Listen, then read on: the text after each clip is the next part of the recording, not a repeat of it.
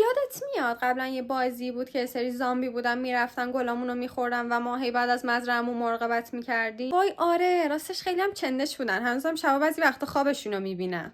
راست میگی؟ چون من امروز اومدم یه خورده با روح و روانت بازی کنم. استاکش آوردم تا با هم تست کنیم. داری مسخره بازی در میاری یا معلومه که من تستش نمیکنم.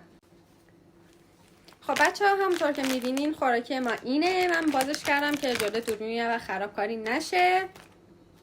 بوی لیمو میده در کمال تعجب و شکل داخلیش هم اینه. بریم تستش کنیم.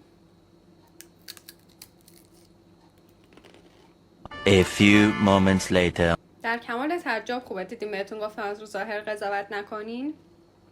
طعم چیپس لیمو فلفلی رو با هم میده. یعنی میخوری اول طعم لیمو میاد تو دهنت، بعد که بیشتر گاز میزنی طعم فلفل خیلی تندی داره.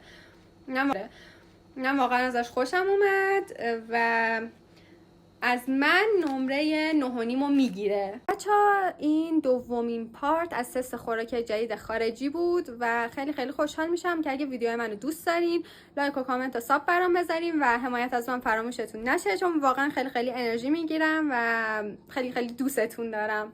بوس.